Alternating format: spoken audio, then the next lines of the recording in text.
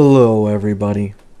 Today, I want to talk about the awakening, right? In which people are waking up and agreeing with something I've been saying for a very, very long time now that specifically has to do with Casterus. And this is that Casterus, in fact, is not the strongest DPS in the game. So, this talking point has come up as of late because of websites like Tuomph becoming more popular and people being able to openly look at which DPSs are performing the best against endgame content. They are slowly realizing that there are multiple DPSs that are pretty consistently above Casterus in terms of being able to clear at low costs, right?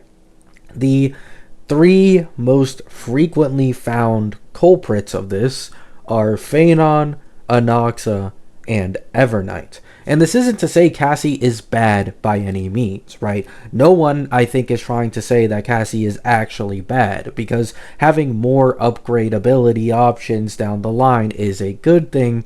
However, the thing is, the majority of the player base probably isn't, unless they spend money, going to go past 5 or 6 cost for their teams. And in this case scenario specifically is when you really start to see characters like Phanon and Anoxa and Evernight hold an advantage over Cassie, right?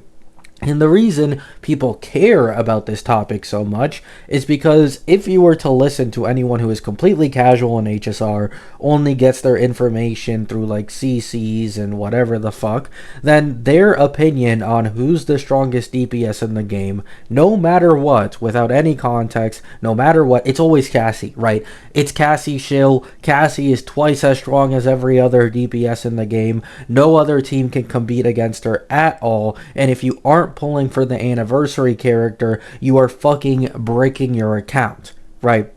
In my opinion, this made more sense in, let's say, the last version, because Acheron was power creep in my opinion, right? Acheron, by herself, was able to power creep the entirety of the game's cast quite easily, even without her future best in slot supports, being like Zhao Q, Cypher, and Avin for sustain.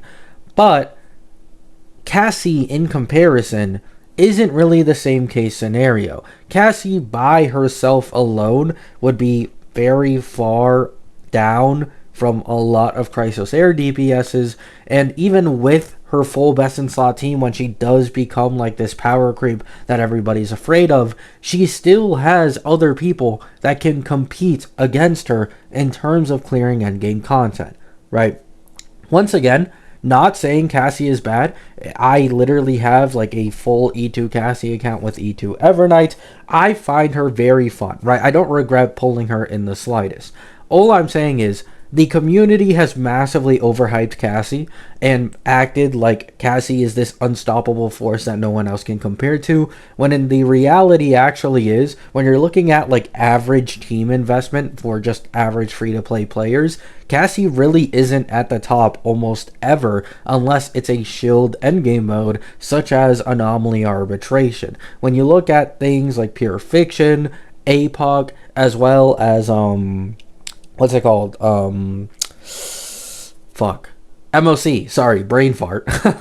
Basically, when you look at those three endgame modes and like which units can clear the best in like a zero cycle at lowest cost, it is quite consistently, usually not a Cassie comp, right? Once again, it's a good thing to have upgrade options, but it just goes to show that this entire Doom posting of Cassie being such power creep that no one else can compare, it isn't really true, right? Especially with Cyrene buffing Anoxa as much as she did, it just isn't true in my opinion. And on top of this, generalist DPSs like Phanon and Anoxa can still continue to be pretty well buffed going into the future, since it's hard not to buff them, right? Let me know your guys' thoughts down in the comments. Hope you have a great day. Hope you have a great night. Peace out.